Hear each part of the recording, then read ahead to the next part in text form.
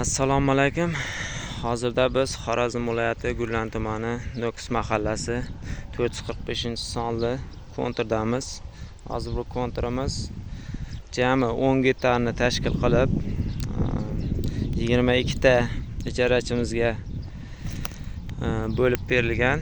Ya'ni 22 ta ijarachimiz hammasi qovun mahsulotlarini zamonaviy texnika va asbob uskunalarda ekishgan bo'lib, hozir qovunlarimiz unib chiqish jarayonida.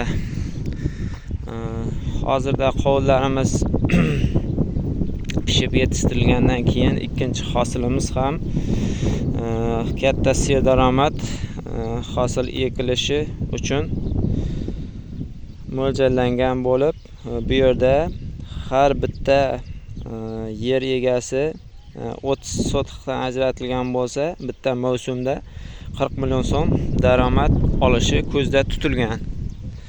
Hozirda bu kontrdagi 22 nafar ijarachilarimiz Dinara Yaxshimuratova ishlab chiqarish kooperativiga biriktirilgan bo'lib, bu mahsulotlarning unumdorligini oshirishga yordam beradi. Bu esa agronom agregator Rahimov Hamza va agregator rahbar Tajimurotov Firuzlar tomonidan amalga oshirilishi rejalashtirilgan. Hozirda qovunlarimiz unib chiqish jarayonida.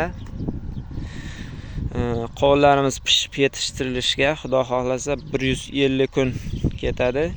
Shu 150 kundan keyin har bitta ijarachimiz jami 30 sotixdan ajratilgan bo'lsa, har bittasiga bitta mavsumda 40 million so'm daromad oladi va ya'ni sof foydasi 34 millionni tashkil qiladi.